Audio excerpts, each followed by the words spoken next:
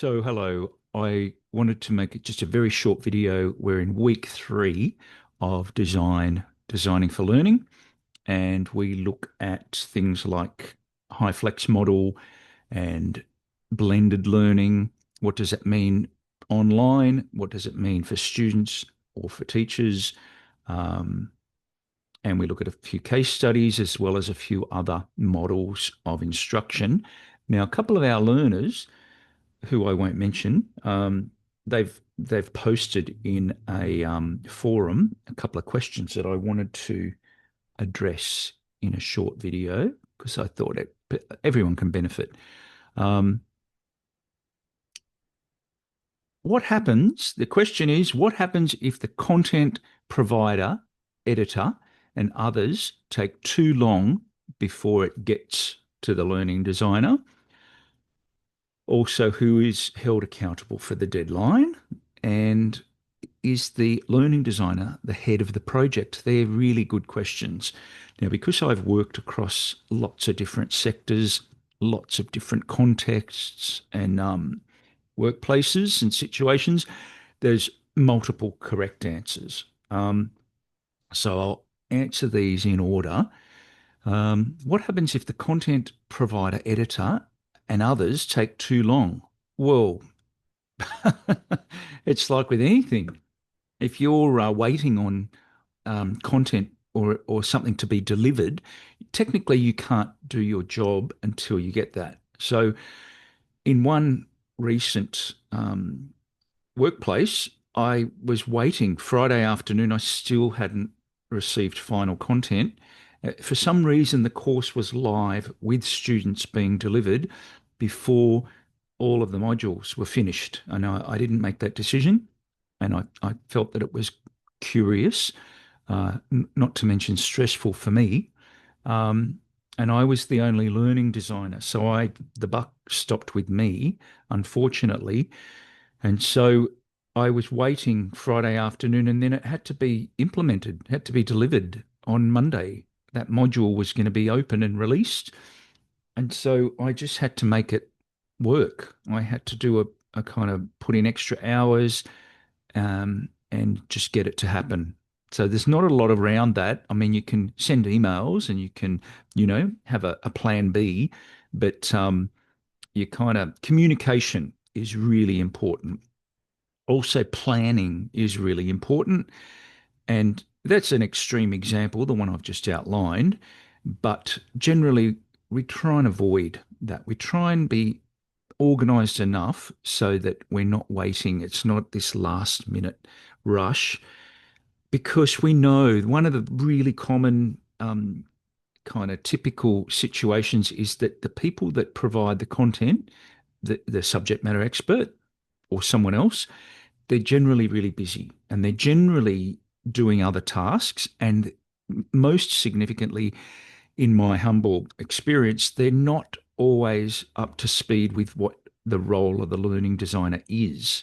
And so it can get a little bit tricky because the learning designer is often not the boss of them. They're not the manager and they can't set a deadline. They can, but it's a bit slippery.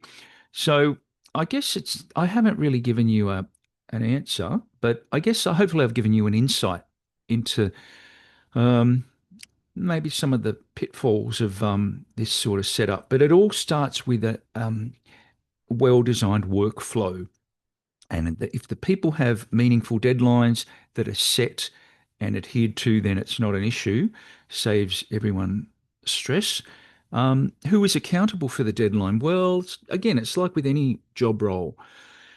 Sometimes the learning designer, if they've got a date, you need a bit of turnaround time to be able to develop the module. Sometimes you can work with dummy content, placeholder content, so you can build everything up, but that's not ideal either.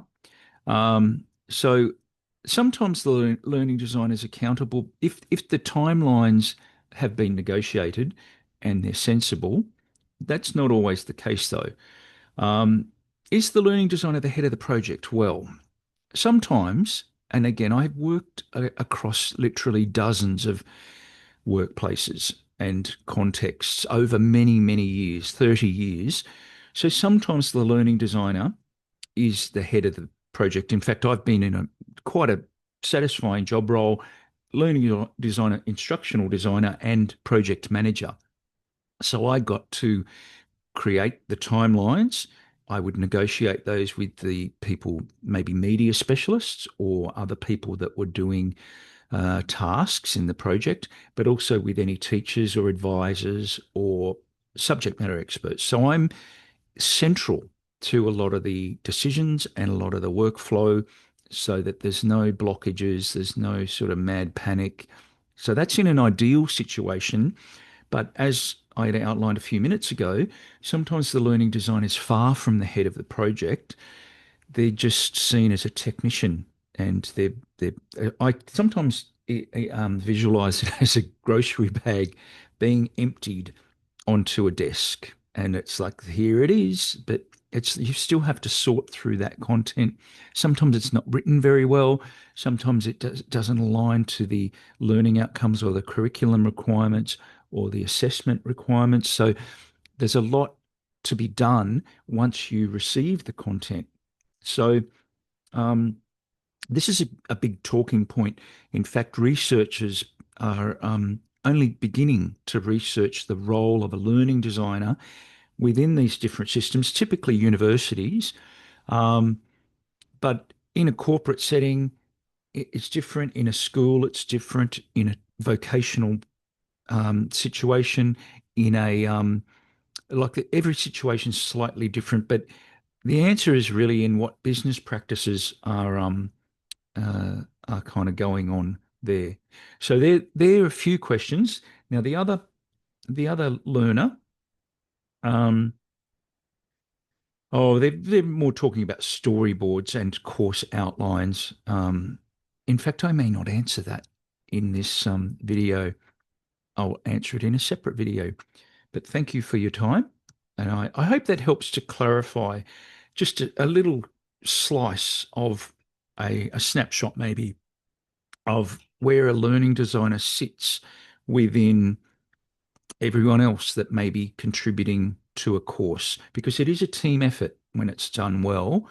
Um, and sometimes a learning designer is central and making decisions related to project management. Sometimes they're rendered as a technician with very little autonomy or decision making. That's not so ideal. Sometimes just one person, one learning designer. They have to make everything happen.